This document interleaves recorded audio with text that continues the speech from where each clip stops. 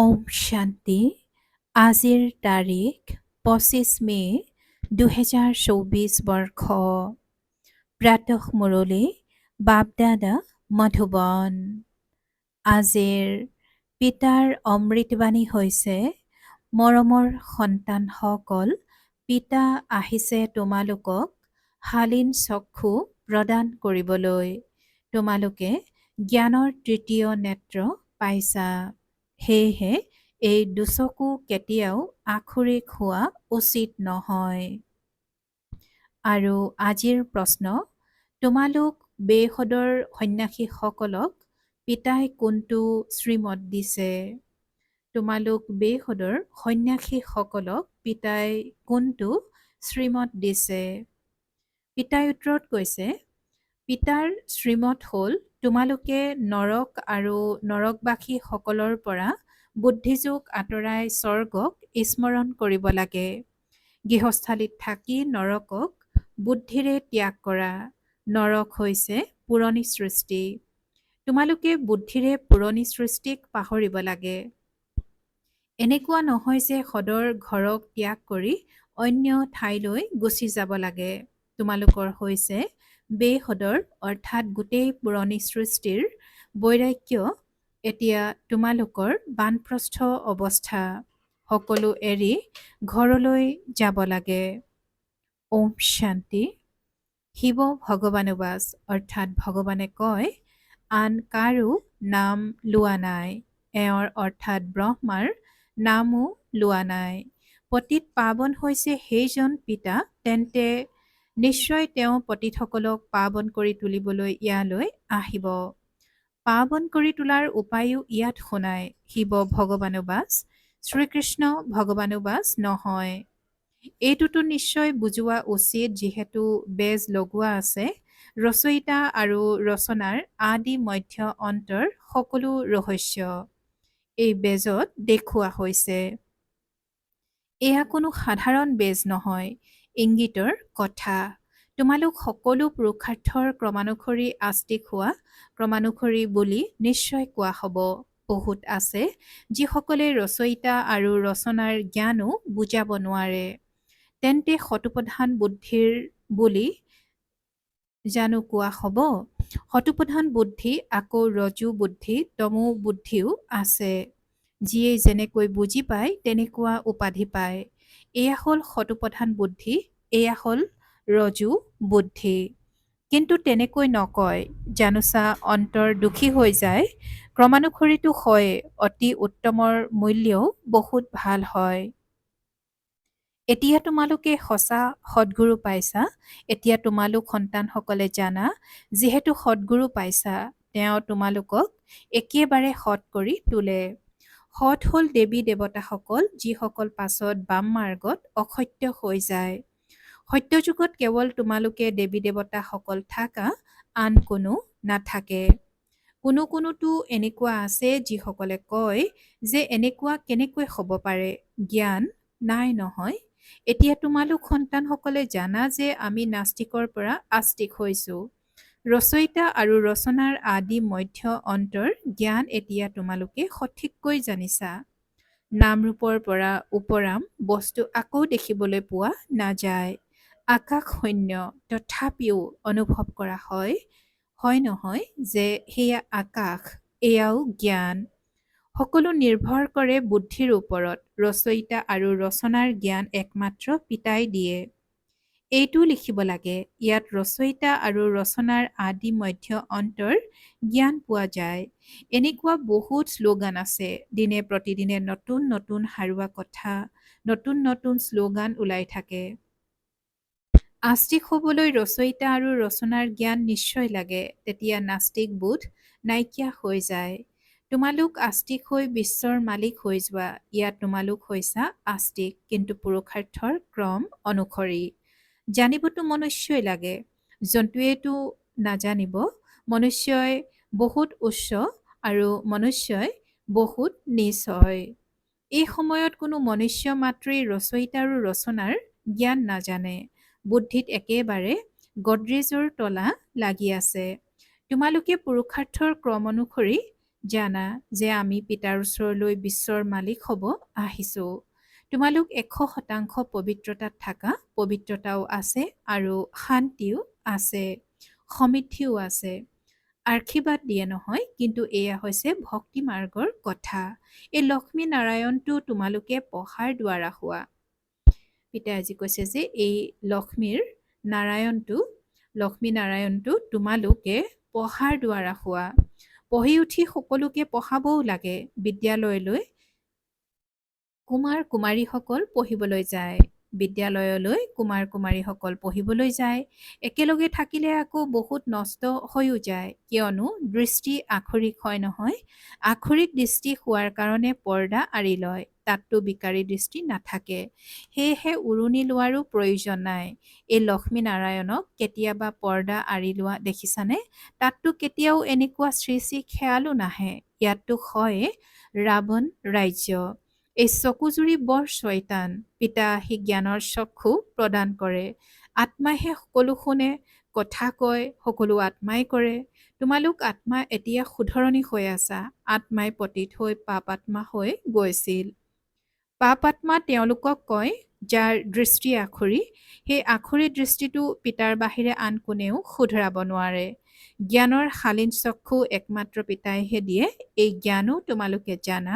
শাস্ত্ৰবোৰত জানো এই জ্ঞান আছে।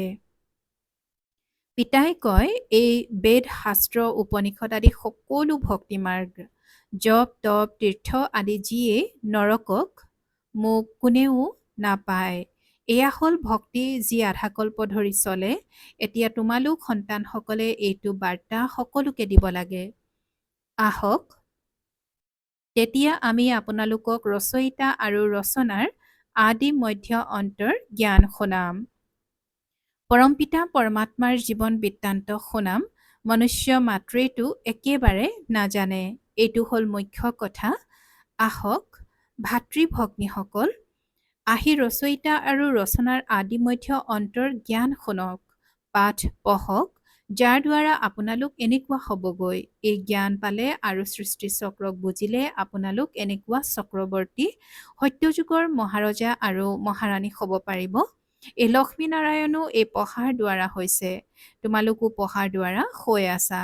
এই পুৰুষোত্তম সংগম যুগৰ বহুত প্ৰভাৱ আছে। পিতা আহেও ভাৰতলৈ, অন্য কোনো খণ্ডলৈ কিয় আহিব? পিতা হ'ল অবিনাশী চাৰজন, সেয়েহে নিশ্চয় আহিব তালৈকে, যি ভূমি সদায় বৰ্তি থাকে, যিখন ধৰণীত ভগৱানৰ পদাৰ্পণ হ'ল, সেই ধৰণী কেতিয়াও বিনাশ হ'ব নোৱাৰে। পিতাই কৈছে যে এই পুৰুষোত্তম সংগম যুগৰ বহুত প্ৰভাৱ আছে আৰু পিতা আহেও ভাৰতলৈ, অন্য কোনো খণ্ডলৈ কিয় আহিব? পিতা হ'ল অবিনাশী চাৰজন, সেয়েহে নিশ্চয় আহিব তালৈকে, যি ভূমি সদায় বৰ্তি থাকে, যিখন ধৰণীত ভগৱানৰ পদাৰ্পণ হ'ল, সেই ধৰণী কেতিয়াও বিনাশ হ'ব নোৱাৰে। এই ভাৰততো দেৱতাসকলৰ বাবে থাকি যায়। পিতাই কৈছে যে এই ভাৰতটো দেৱতাসকলৰ বাবে, অৰ্থাৎ এই ভাৰতবৰ্ষ দেৱতাসকলৰ বাবে থাকি যায়। কেৱল ইয়াৰ পৰিৱৰ্তন হয়। বাকী ভাৰতটো হৈছে সত্যখণ্ড, অসত্য খণ্ডও ভাৰতেই হয়। ভাৰতৰে আদিৰে পৰা অন্তলৈকে ভূমিকা আছে, অন্য কোনো খণ্ডক এনেকৈ কোৱা নহয়। সত্য অথবা ট্ৰুথ, ভগৱানেহে আহি সত্য খণ্ড স্থাপন কৰে, আকৌ অসত্য খণ্ড ৰাৱণে স্থাপনা কৰে। পাছলৈ কণমানো সত্য নাথাকে, সেয়েহে গুৰু সঁচা পোৱা নাযায়। যিসকল সন্ন্যাসী তেওঁলোকৰ অনুগামীসকল হৈছে গৃহস্থী, তেন্তে তেওঁলোকক অনুগামী বুলি কেনেকৈ ক'বা? এতিয়াও পিতাই স্বয়ং কয়, সন্তানসকল পবিত্ৰ হোৱা আৰু দৈবী গুণ ধাৰণ কৰা। তোমালোক এতিয়া দেৱতা হ'ব লাগে। সন্ন্যাসীসকল জানো সম্পূৰ্ণ নিৰ্বিকাৰী হয়? বাৰে বাৰে বিকাৰীসকলৰ তাতেই জন্ম লয়। পিতাই কৈছে যে সন্ন্যাসীসকল জানো সম্পূৰ্ণ নিৰ্বিকাৰী হয়? বাৰে বাৰে বিকাৰীসকলৰ তাতেই জন্ম লয়। কোনোবা বাল ব্ৰহ্মচাৰীও থাকে, এনেকুৱাতো বহুত আছে। বিদেশতো বহুত আছে। আকৌ যেতিয়া বৃদ্ধ হয় তেতিয়া চম্ভালিবৰ বাবে বিবাহ পাশত আবদ্ধ হয়। আকৌ তেওঁৰ পত্নীৰ কাৰণে ধন সম্পদ এৰি থৈ যায়। বাকী ধন দান পুণ্য কৰি যায়। ইয়াতো তেওঁলোকৰ সন্তানসকলৰ প্ৰতি বহুত মমত্ব থাকে। 60 বছৰৰ পাছত সন্তানসকলক হস্তান্তৰ কৰে আৰু নিৰীক্ষণ কৰি থাকে, চাওঁচোন মোৰ পাছত সঠিককৈ চলাইছেনে নাই। কিন্তু আজিকালিৰ সন্তানসকলেতো কয়, পিতা বানপ্ৰস্থী হ'ল, ভালেই হ'ল, চাবি কাঠি পাই গ'লো। জীৱনতে সকলো উপাৰ্জন নষ্ট কৰি দিয়ে। জীৱনতে সকলো উপাৰ্জন নষ্ট কৰি দিয়ে। তেতিয়া আকৌ পিতাককো ক'বলৈ ধৰে যে ইয়াৰ পৰা ওলাই যোৱা। পিতাই বুজাই, প্ৰদৰ্শনীত তোমালোকে এইটো লিখি দিয়া যে ভাতৃ ভগ্নীসকল ইয়ালৈ আহি ৰচয়িতা আৰু ৰচনাৰ আদি মধ্য অন্তৰ জ্ঞান শুনক। এই সৃষ্টিচক্ৰৰ জ্ঞান প্ৰাপ্ত কৰিলে আপোনালোক চক্ৰৱৰ্তী দেৱী দেৱতা বিশ্বৰ মহাৰজা মহাৰাণী হৈ যাব। এয়া বাবাই সন্তানসকলক নিৰ্দেশ দিয়ে। এতিয়া পিতাই কয়, এইটো হৈছে বহুত জন্মৰ অন্তিম জন্ম। মই এওঁৰ শৰীৰতেই প্ৰৱেশ কৰোঁ। ব্ৰহ্মাৰ সন্মুখত আছে বিষ্ণু। বিষ্ণুক 4খন হাত কিয় দিয়ে? 2খন পুৰুষৰ 2খন নাৰীৰ ইয়াত জানো 4খন হাত থকা মনুষ্য থাকে? এয়া হৈছে বুজাবৰ কাৰণে। বিষ্ণু অৰ্থাৎ লক্ষ্মীনাৰায়ণ। ব্ৰহ্মাকো দেখুৱায় 2খন হাত ব্ৰহ্মাৰ, 2খন হাত সৰস্বতীৰ। দুয়ো বেহদৰ সন্ন্যাসী হৈ গ'ল। এনেকুৱা নহয় সন্ন্যাস লৈ আকৌ আন ঠাইলৈ গুচি যাব লাগে। নহয়, পিতাই কয় গৃহস্থালীত থাকি নৰকক বুদ্ধিৰে ত্যাগ কৰা। নৰকক পাহৰি স্বৰ্গক বুদ্ধিৰে স্মৰণ কৰিব লাগে। নৰক আৰু নৰকবাসীৰ পৰা বুদ্ধিযোগ আঁতৰাই স্বৰ্গবাসী দেৱতাসকলৰ সৈতে লগোৱা। যিসকলে পঢ়ে তেওঁলোকৰ বুদ্ধিত থাকে যে আমি উত্তীৰ্ণ হ'ম, তাৰ পাছত এনেকুৱা হ'মগৈ। আগতে যেতিয়া বানপ্ৰস্থ অৱস্থা আছিল তেতিয়া গুৰুৰ ওচৰলৈ গৈছিল। পিতাই কয়, ময়ো এওঁৰ বানপ্ৰস্থ অৱস্থাতেই প্ৰৱেশ কৰোঁ, যি বহুত জন্মৰ অন্তিম জন্মত থাকে। ভগৱানোবাজ, মই বহুত জন্মৰ অন্তিম জন্মতহে প্ৰৱেশ কৰোঁ, যিয়ে আৰম্ভণিৰ পৰা অন্তলৈকে ভূমিকা পালন কৰিছে। তেওঁৰ শৰীৰতে প্ৰৱেশ কৰোঁ, কিয়নো তেওঁৱেই প্ৰথম নম্বৰত যাব লাগে। ব্ৰহ্মাই বিষ্ণু আৰু বিষ্ণুৱেই ব্ৰহ্মা, দুয়োৰে 4খন হাত দেখুৱায়। হিচাপো আৰু ব্ৰহ্মা সৰস্বতীয়ে লক্ষ্মী নাৰায়ণ, আকৌ লক্ষ্মী নাৰায়ণেই ব্ৰহ্মা সৰস্বতী হয়। সেয়েহে তোমালোক সন্তানসকলে তৎক্ষণাৎ এই হিচাপ শুনোৱা। বিষ্ণু অৰ্থাৎ লক্ষ্মীনাৰায়ণ 84 জন্ম লৈ লৈ আকৌ আহি সাধাৰণ এই ব্ৰহ্মা সৰস্বতী হয়। এওঁৰ নামো পাছত বাবাই ব্ৰহ্মা ৰাখিছে। নহ'লেনো ব্ৰহ্মাৰ পিতা কোন? নিশ্চয় শিৱ বাবা বুলিয়েই ক'ব। কেনেকৈ ৰচিলে? তুলি ল'লে। পিতাই কয়, মই এওঁৰ শৰীৰত প্ৰৱেশ কৰোঁ, গতিকে লিখিব লাগে শিৱ ভগৱানোবাজ, মই ব্ৰহ্মাৰ শৰীৰত প্ৰৱেশ কৰোঁ, যিয়ে নিজৰ জন্মক নাজানে। বহুত জন্মৰ অন্তিম জন্মৰো অন্তত প্ৰৱেশ কৰোঁ। সেয়াও যেতিয়া বানপ্ৰস্থ অৱস্থা হয় তেতিয়া আহোঁ। আৰু যেতিয়া সৃষ্টি পুৰণি পতীত হৈ যায় তেতিয়া মই আহোঁ। কিমান সহজকৈ শুনায়।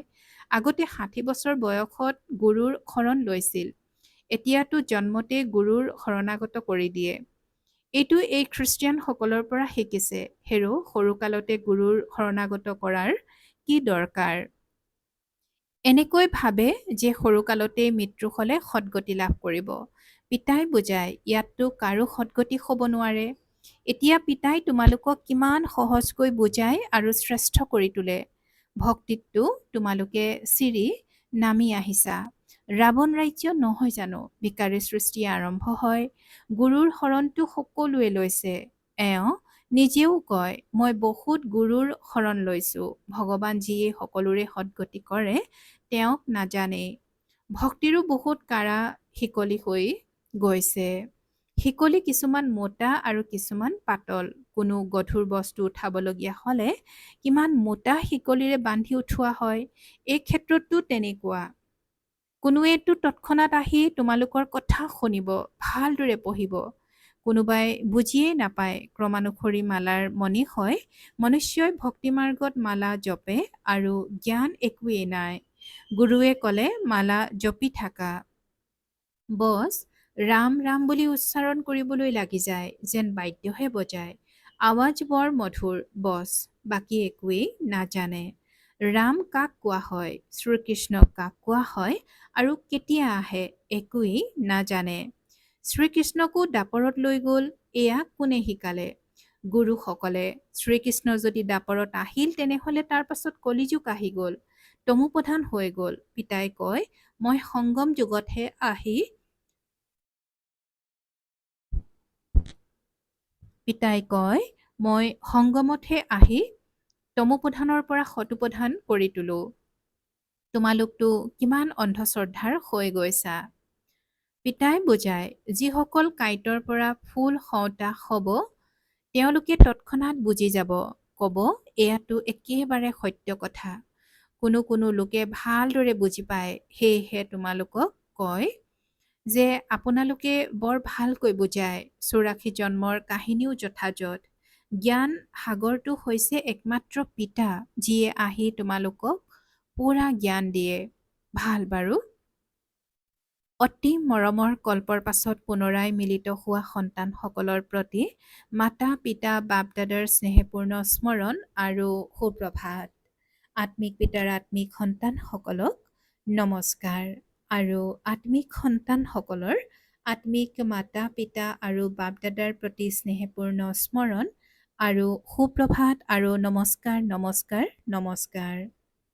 আৰু আজিৰ ধাৰণাৰ বাবে মুখ্য সাৰ প্ৰথমতে, সৎগুৰু পিতাৰ স্মৃতিৰে বুদ্ধি সতোপ্ৰধান কৰিব লাগে। সৎ হ'ব লাগে, আস্তিক হৈ আস্তিক কৰি তোলাৰ সেৱা কৰিব লাগে। দ্বিতীয়তে, এতিয়া বানপ্ৰস্থ অৱস্থা, সেয়েহে বেহদৰ সন্ন্যাসী হৈ সকলোৰে পৰা বুদ্ধিযোগ আঁতৰাব লাগে, পাৱন হ'ব লাগে আৰু দৈবী গুণ ধাৰণ কৰিব লাগে। আৰু আজিৰ বৰদান, দেহ আৰু দেহৰ জগতৰ স্মৃতিৰ পৰা উপৰাম হৈ থাকোঁতা সকলো বন্ধনৰ পৰা মুক্ত ফৰিষ্টা হোৱা। আৰু আজিৰ বৰদানৰ ব্যাখ্যা, যিসকলৰ কোনো দেহ আৰু দেহধাৰীৰ সৈতে সম্বন্ধ অৰ্থাৎ মনৰ আসক্তি নাই, তেওঁলোকেই ফৰিষ্টা। ফৰিষ্টাৰ ভৰি সদায় ধৰণীৰ পৰা উচ্চত থাকে, ধৰণীৰ পৰা উচ্চত অৰ্থাৎ দেহবোধৰ স্মৃতিৰ পৰা ঊৰ্ধ্বত। যিসকল দেহ আৰু দেহৰ জগতৰ স্মৃতিৰ পৰা ঊৰ্ধ্বত থাকে, তেওঁলোকেই সকলো বন্ধনৰ পৰা মুক্ত ফৰিষ্টা হয়। এনেকুৱা ফৰিষ্টাইহে ডবল লাইট স্থিতিৰ অনুভৱ কৰে। আৰু আজিৰ শ্লোগান, বাণীৰ লগতে চলন আৰু চেহেৰাত পিতাৰ সমান গুণ দৃষ্টিগোচৰ হওক, তেতিয়া প্ৰত্যক্ষতা হ'ব। বাণীৰ লগতে চলন আৰু চেহেৰাত পিতাৰ সমান গুণ দৃষ্টিগোচৰ হওক, তেতিয়া প্ৰত্যক্ষতা হ'ব। ওম শান্তি। আনন্দৰূপী সম্পদেৰে সম্পন্ন সৌভাগ্যৱান আৰু প্ৰসন্নচিত্ত হ'বলৈ আজিৰ অব্যক্ত সংকেত। প্ৰতিটো সংকল্প প্ৰতিষাৰ বাণী বিশেষত্বপূৰ্ণ হওক, সদায় সৰল স্বভাৱ, সৰল বাণী, সৰলতা সম্পন্নতা কৰ্ম হওক, এনেকুৱা সৰল স্বৰূপৰ হৈ থাকা। সদায় এজনৰ মতত, এজনৰ সৈতে সৰ্বসম্বন্ধ, এজনৰ পৰা সৰ্বপ্ৰাপ্তি, এনেকৈ এজনৰ দ্বাৰা সদায় একৰস হৈ থকাৰ অভ্যাস সহজ হৈ যাওক। সদায় আনন্দিত হৈ থাকা, আনন্দৰূপী সম্পদ বিলাই দিয়া, আনন্দৰ লহৰ সকলোৰে মাজত বিয়পাই দিয়া, এয়াই সঁচা সেৱা। ওম শান্তি।